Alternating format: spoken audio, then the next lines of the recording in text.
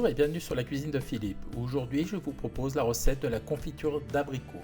Pour réaliser cette recette, il vous faudra des abricots.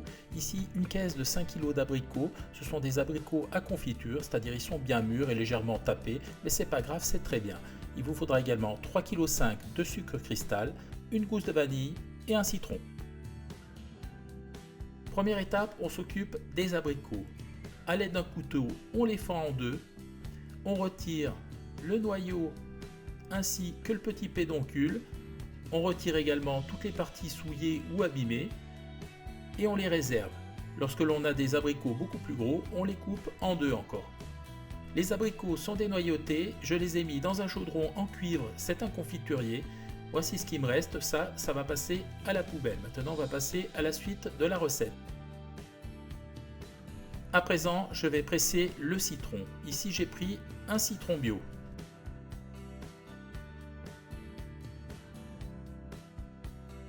Le citron est pressé, je réserve le jus.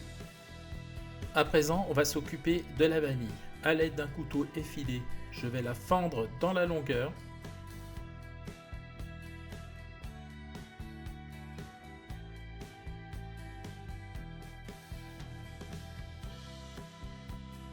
Ensuite, avec le couteau, je vais gratter les graines de vanille comme ceci. Je mets les graines de vanille directement dans les abricots. Donc, je les répartis comme ceci.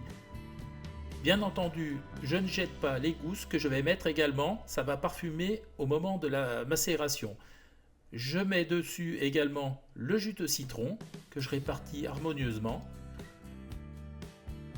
Et je mélange une première fois à l'aide d'une cuillère en bois.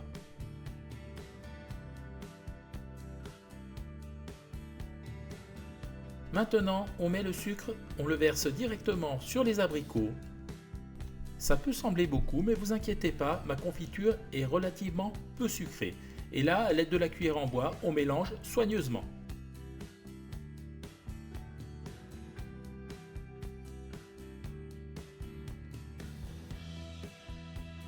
Comme vous pouvez le voir, le sucre fait ressortir le jus des abricots. La préparation est prête, je vais la laisser macérer minimum 12 heures ici toute la nuit avec un linge dessus dans un endroit frais. On se retrouve après précisément 15 heures de macération, la confiture est prête à passer en cuisson. Et c'est parti pour la cuisson, donc on mélange régulièrement et on laisse monter en température. Dès que l'ébullition commence, on s'aperçoit qu'à la surface de la confiture, il se forme une sorte de mousse. Donc là, à l'aide d'une écumoire, on écume la surface et on la retire. On la met dans un récipient. Donc ce sont les impuretés qui créent cette mousse en surface.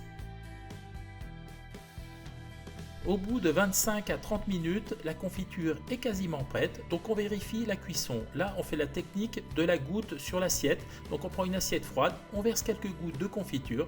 Si elle ruisselle tout doucement et qu'elle se fige, c'est que la confiture est prête. Voilà, on va pouvoir mettre en pot.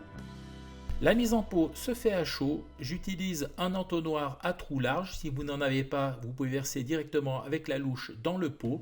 Moi, ça m'évite de salir les bords du couvercle. Donc je verse à hauteur, donc on en met le maximum.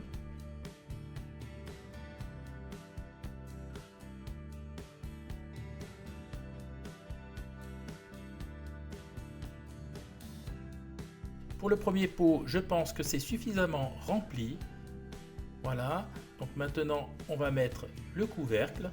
Donc on le pose, là le pot est chaud, je peux vous le dire. Et voilà, et on le retourne à l'envers. Et on va laisser refroidir dans cette position. Et on fait pareil pour les autres pots. L'ensemble des pots sont remplis, j'en ai fait 26. On les laisse refroidir à l'envers pour une bonne conservation. Et bien voilà, la recette est à présent terminée. Regardez comme la couleur de cette confiture est sympa. Je n'ai qu'une envie, c'est de la goûter. Alors là, j'ai un pot qui n'est pas tout à fait plein. On va l'utiliser pour la dégustation.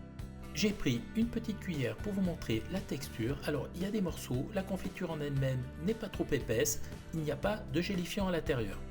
Pour vérifier le goût, j'ai pris un petit morceau de pain, donc je vais en mettre un petit peu dessus. Je peux vous dire, ça sent trop bon la vanille.